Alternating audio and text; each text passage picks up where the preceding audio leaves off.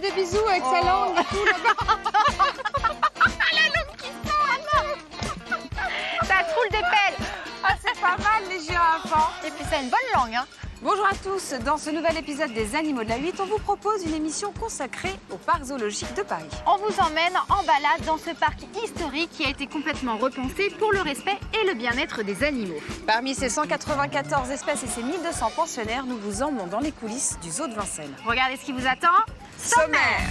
Cette semaine, Élodie et Sandrine nous proposent une visite exceptionnelle du zoo de Vincennes. Dans la serre tropicale, aux côtés de 2 soigneurs plongeurs, Sandrine sera au plus près des lamantins des Caraïbes, une espèce aujourd'hui vulnérable. De son côté, Élodie accompagnera Romain pour une séance de medical training avec des otaries à fourrure australe et des otaries à crinière. Dans l'écosystème Sahel-Soudan, aux côtés de Fabrice, chef soigneur, Sandrine pratiquera une manucure sur un rhinocéros blanc, une espèce quasi menacée d'extinction. Si on m'avait dit qu'un jour je mettrais du vernis à un rhinocéros. Enfin, Élodie se rendra en Afrique à la rencontre d'une famille de girafes vieilles de 3 générations. Elles ont de la force ces girafes. Nous sommes dans le Rocher, vous savez, la montagne emblématique du parc zoologique de Paris. Et on va monter tout en haut. T'es prête? Oui, je suis prête. On va monter 352 marches. Enfin, moi, je vais peut-être vous laisser. Hein. À l'époque, il était visité. Aujourd'hui, il ne l'est plus. On a donc de la chance d'être là. Bon, il a été rénové en 1994, si j'ai bien retenu. Mais depuis, non. Donc j'espère qu'il va pas s'écrouler. Bon, bah, allons-y.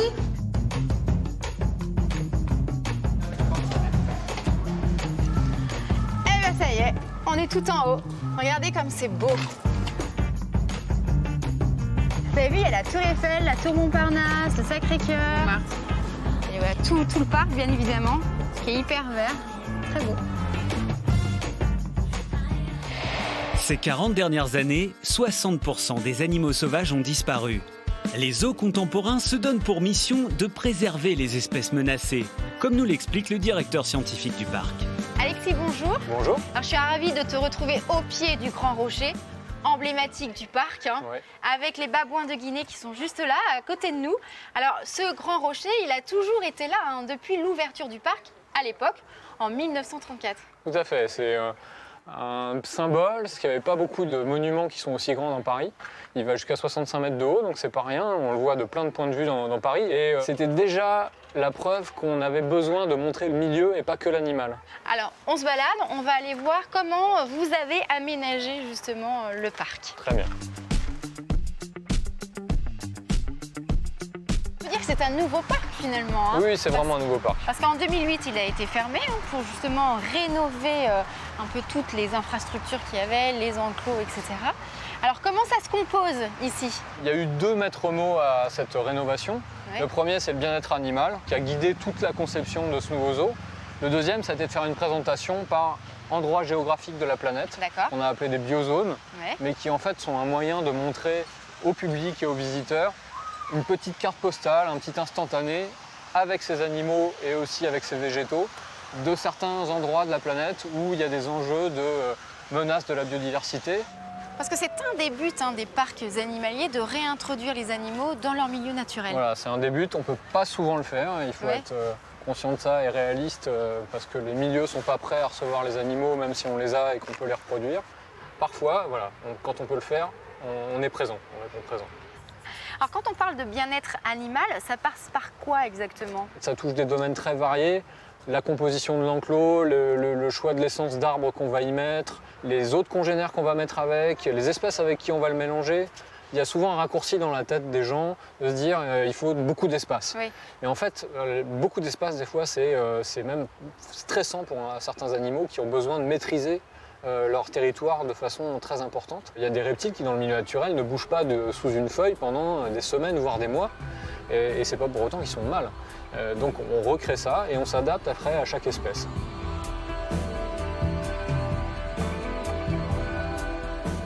Nous voici maintenant au niveau des coatis et des chiens des buissons, 2 espèces qui vivent ensemble, C'est ça. dans le milieu naturel. Hein. Dans le milieu naturel, dans la forêt guyanaise, on peut trouver les 2 espèces aux mêmes endroits, oui, tout à fait. Alors ça, ce sont de nouvelles espèces qui sont arrivées au parc. Voilà, ici c'était l'enclos des chiens des buissons. Et on a choisi le coatirou parce qu'il cohabite dans le milieu naturel.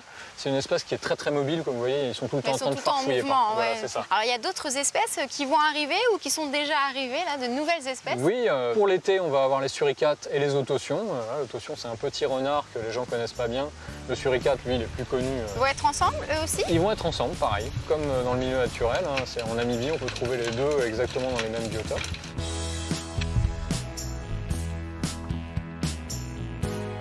Alors les girafes ont toujours été là, hein, malgré les aménagements, les travaux. Ouais, ça a été un peu l'âme du parc, qui a suivi toute la mutation du parc. Et ça symbolise tout ce qu'est le parc zoologique de Paris. On appartient au muséum et on doit avoir cette mission de pédagogie, de sauvegarde des espèces qui est complètement symbolisée par cet animal qui est la girafe, parce qu'il est menacé dans le milieu naturel. On a longtemps cru qu'il y en avait plein, mais en fait, il y en a moins de 100 000 des girafes en Afrique.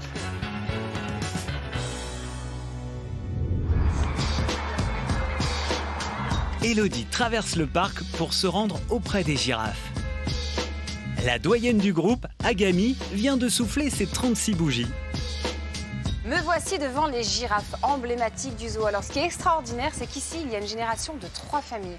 Caroline, leur soigneuse, leur donne à manger du céleri, elles en raffolent et c'est pour ça qu'elles sont aussi près. Alors il y a la mère, la grand-mère, la tante. Tu peux nous expliquer un petit peu cette famille de girafes ici? Donc effectivement, à Vincennes, on a 12 femelles. Oui. Et ces 12 femelles sont toutes apparentées. Donc déjà, elles viennent toutes de la descendante Zarafa.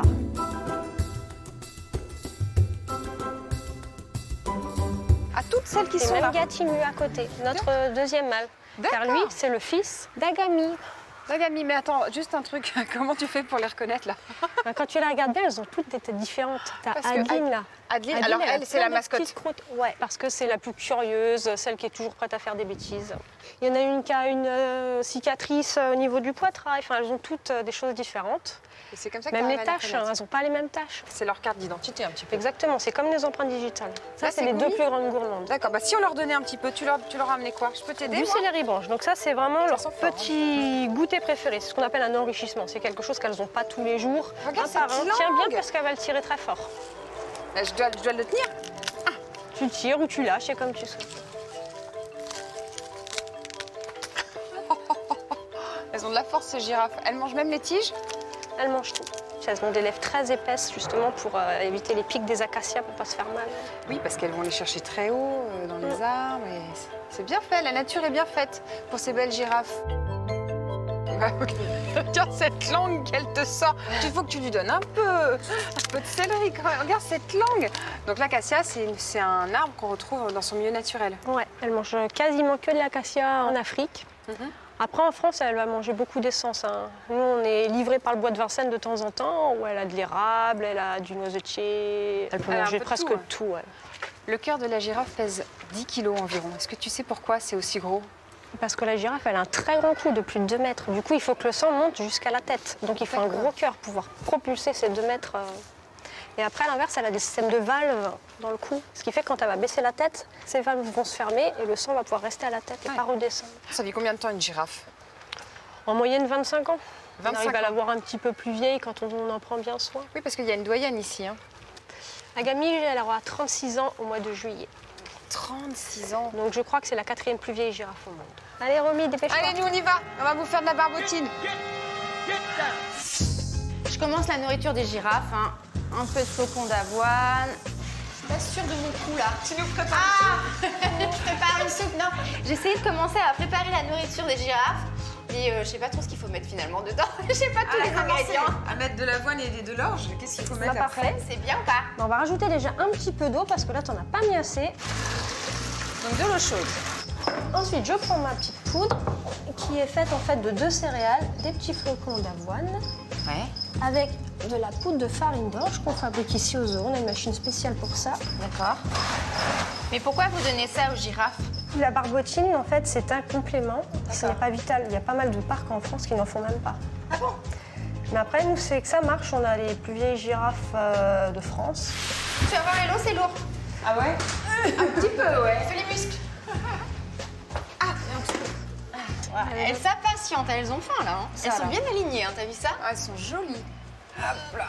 On pose directement Vous posez et vous poussez dans la mangeoire. Ah, parce qu'elles... Ok. Regarde comme elles viennent sur nous. Et elles voient Ah, et ça alors, tu leur donnes Tu leur pas donnes. Voilà les filles, il suffit de demander. Hein. Elles sont curieuses. Hein. Elles C'est sont vrai, très hein. très curieuses. Voilà, elles ont remarqué qu'il n'y avait plus rien quand même, hein, qu'on les prend pas pour des idiotes. Hein. Elles mangent toute la journée, mais elles ne grossissent pas, elles. Il y en a qui ont de la chance comme ça.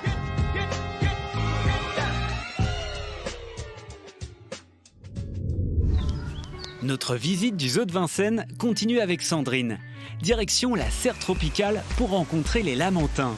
Ces imposants mammifères herbivores sont aujourd'hui vulnérables dans leur milieu naturel. Connaissez-vous le lamantin? Cette espèce marine, mi-sirène, mi-vache des mers, originaire des Caraïbes. Eh bien, figurez-vous que si on ne fait rien, eh bien dans quelques années, cette espèce serait vouée à disparaître. Alors justement, je vais retrouver Fabrice et Anthony, des soigneurs plongeurs très proches des lamantins. Ils sont là dans l'eau. Bonjour. Bonjour.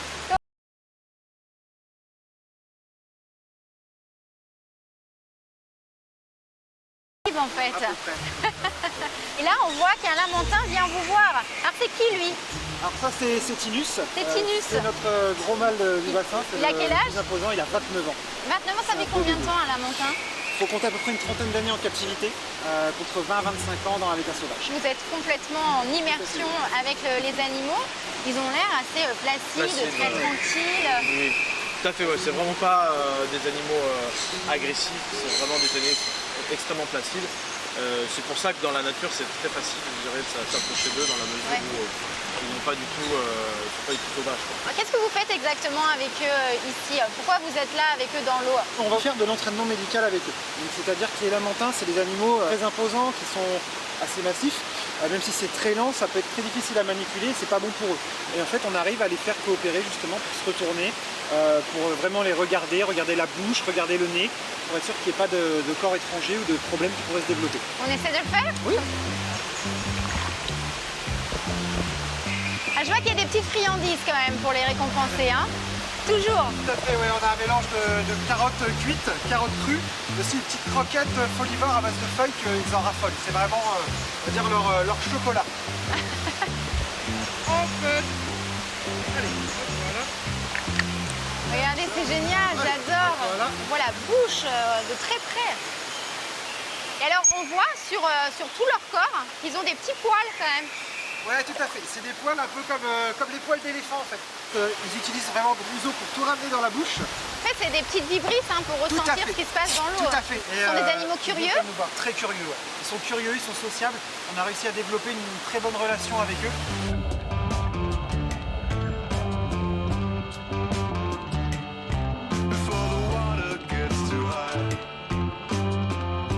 Il y en a combien exactement?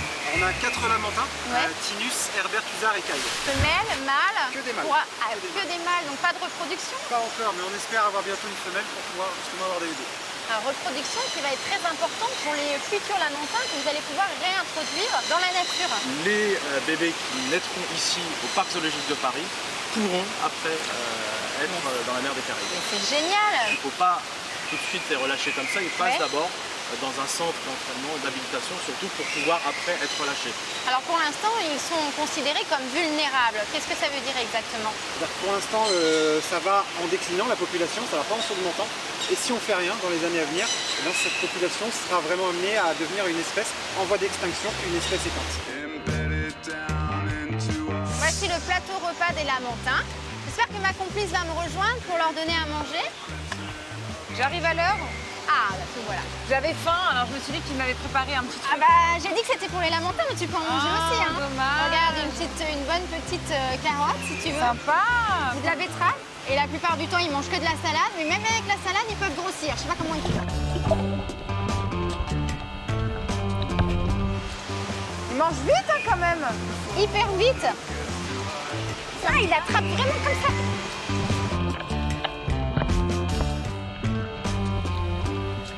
Moi, j'adore ces animaux. Toujours dans la serre tropicale de 4000 m², Élodie rejoint Pierre, l'un des 10 jardiniers du parc. Ici, il s'occupe de la végétation, une partie essentielle pour le bien-être et la préservation des animaux. Pierre est là. Je l'ai trouvé. Ah Pierre, comment vas-tu? Bonjour, ça va très Ça bien, va je bien te remercie. Ouais. Donc ici, c'est une super serre tropicale Oui, et il y a plusieurs biotopes à l'intérieur de cette serre. Tout à fait. Alors on a essayé de reproduire les biotopes des animaux qui vivent à Madagascar et des animaux qui vivent naturellement en Guyane. Donc on a essayé de ramener ou d'imiter les biotopes et donc la végétation qu'on trouve naturellement là-bas. Ouais, pas simple de faire une forêt tropicale à Paris quand même. C'est pas simple à plusieurs titres parce que d'abord on est en fait dans un endroit qui est contraint, c'est un milieu fermé, c'est une serre, il y a des problématiques de hauteur, de largeur, de profondeur aussi, des problématiques de substrat et aussi de climat qui est complètement artificiel. Avant tout, ce sont les plantes qui habitent cette serre et après les animaux sont venus s'installer. On a d'abord installé les plantes puisqu'il fallait évidemment, avant de mettre les animaux, il fallait quand même qu'il y ait déjà le milieu. Donc les plantes ont été apportées, il y a eu une phase de plantation, puis d'adaptation. Et puis parallèlement, au fur et à mesure que la serre a été remplie, les animaux sont arrivés et ont commencé eux aussi à s'adapter à leur nouveau milieu. Donc là, comme la perruche soleil qu'on voit ici, qui est à la fois très visible mais qui est très tranquille, qui est en train de manger paisiblement son petit bout de pomme. Et cette perruche qui va aller aussi prendre son déjeuner sur les plantes de la serre quand il y a des fruits, comme les papayes qui sont mûres en ce moment, ou alors aller tirer certaines fibres des feuilles quand il y a besoin de faire un nid, elles vont aller se servir dans les plantes. Et c'est tout l'intérêt en fait d'avoir justement un milieu quasiment complet où il peut y avoir une sorte d'autonomie. Vous avez mis tout ce dont elles ont besoin, ces espèces, pour qu'elles puissent vivre dans ce biotope. Idéalement, elles pourraient se servir de toutes les plantes qui sont dans la serre, puisque quand le projet a été élaboré, il était évident que, outre de représenter le biotope, il fallait aussi que ce biotope soit utilisable et surtout pas néfaste aux animaux.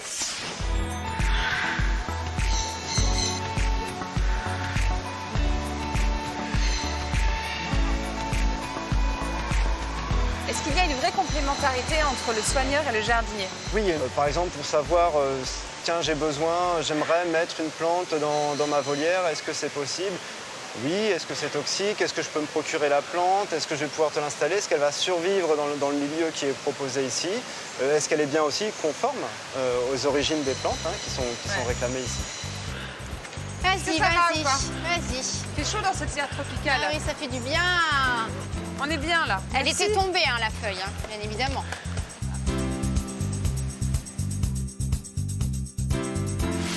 Je vous présente mon nouvel ami, le caméléon de Parson.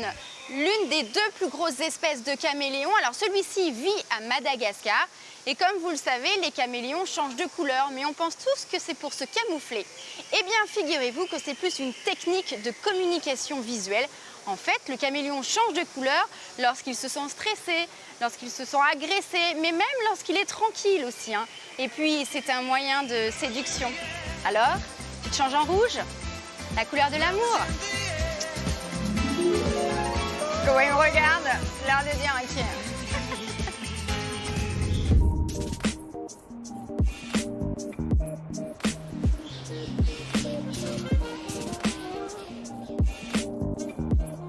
Ah bah tiens, il y a les panneaux. Ah bah voilà, nos chemins se séparent ici. Parce que moi, je vais en Afrique voir les rhinocéros avec Fabrice. Et moi, je vais en Patagonie voir les otaries avec Romain. Ok, alors à tout à l'heure. Direction le Sahel-Soudan en Afrique pour Sandrine. Avec Fabrice, elle va participer à la manucure de rhinocéros blanc, une espèce quasi menacée d'extinction. Ça y est, me voici dans la maison des rhinocéros. Alors là, je vous présente Wami. Wami, il fait 2 tonnes 100. Regardez comme il est imposant. Et là, c'est la petite séance manucure pour lui.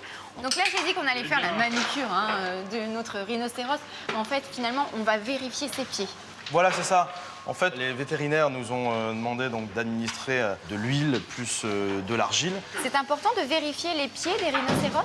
Exactement, parce que bien souvent, on a des petites crevasses qui se forment en dessous les pieds. Ouais. L'huile permet d'hydrater et de ramollir un petit peu l'ongle. Et puis, l'argile a des vertus donc antiseptiques.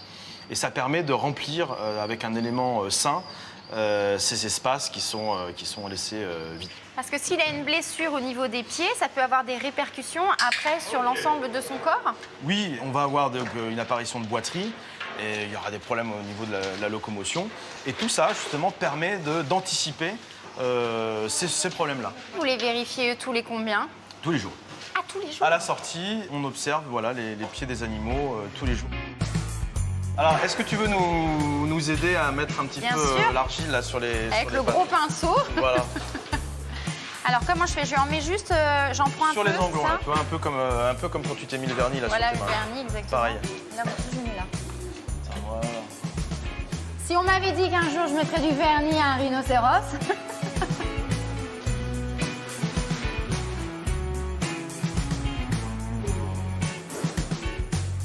Il est quand même cool, Wami. Ouais, il est relaxant.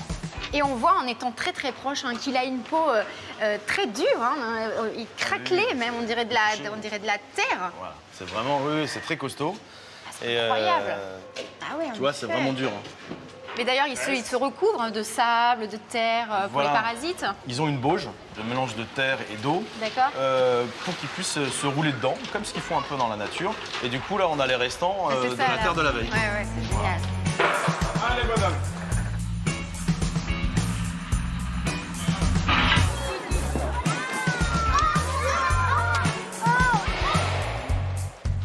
Ça y est, Angus et Wami sont dans leur enclos dehors. Alors, ce sont des animaux extrêmement menacés dans la nature. Ils sont sur la liste rouge de l'UICN, Ouais. ils sont considérés comme quasi menacés.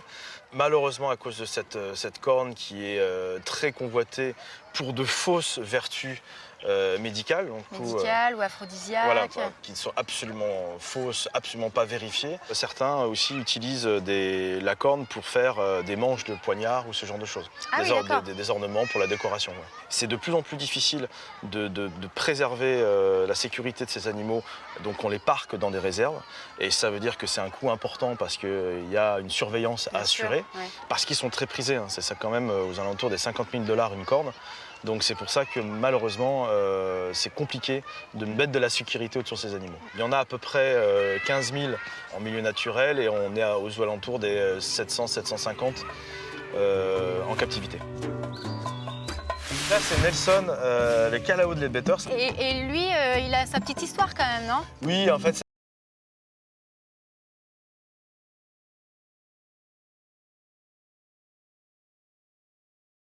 14, donc c'est lui qui choisissait qui allait gagner. Quoi. Et alors, il s'est c'était bien? planté. Ah, il s'est planté.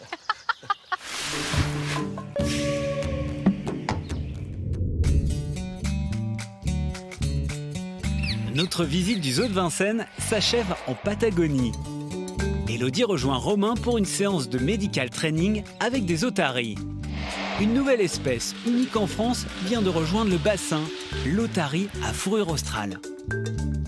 Alors, est-ce que tu peux nous présenter cette belle otarie? Je vous présente donc Quito, notre nouvel arrivant, puisqu'on a accueilli depuis le 5 février une nouvelle espèce d'otarie. Oui, parce que derrière, il y a l'otarie à crinière. Voilà, qui est juste Aramis, là, hein. otarie de Patagonie. C'est important pour vous de faire du medical training et faire une approche comme ça avec les animaux? Ah, c'est même essentiel.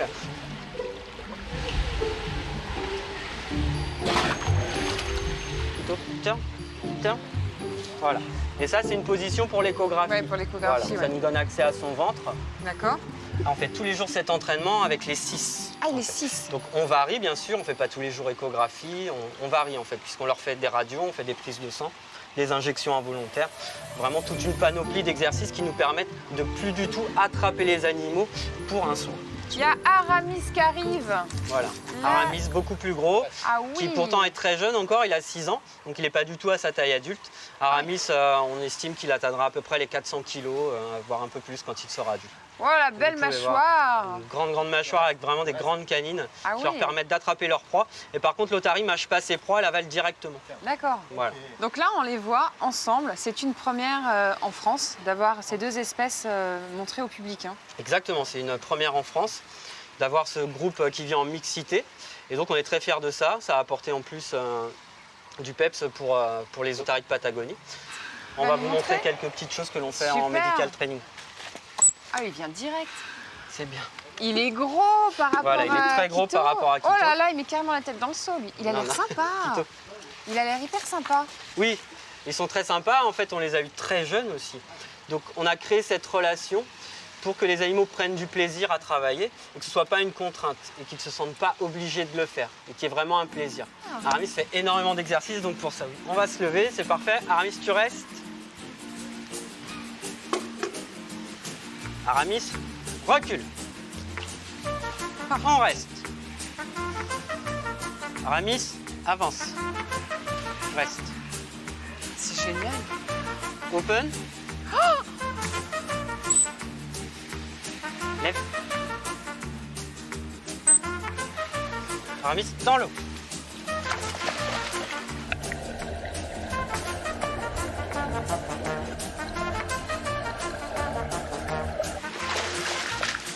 Reste.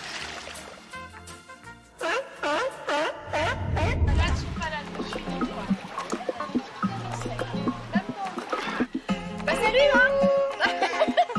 Ça va? Tu trouves pas qu'on dirait un charpet? Le nez du charpet. Un charpet de vache. C'est un mélange. Avec en même temps sirène. Sirène, charpet, vache. bizarre. Vous en pensez quoi? Eh bien voilà, notre émission touche à sa fin en compagnie des Lamentins. On espère que vous avez passé un agréable moment avec tous nos passionnés d'animaux. Si vous le souhaitez, vous pouvez voir ou revoir les émissions sur le site et l'application MyCanal. Et nous suivre sur les réseaux sociaux. Allez. Allez, à très bientôt. Dans les animaux de la 8. Bye bye. Ils sont où? Là, Ils sont rapides là, quand même, hein. regarde. Salut toi. Eh bien, bonjour à tous, nous sommes très heureuses de vous retrouver.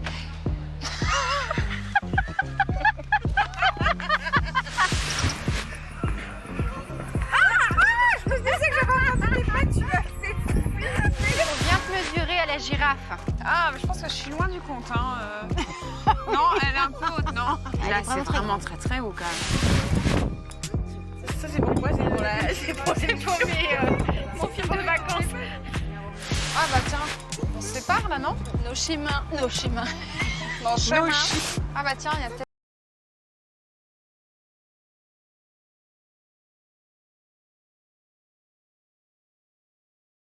Je te laisse dire.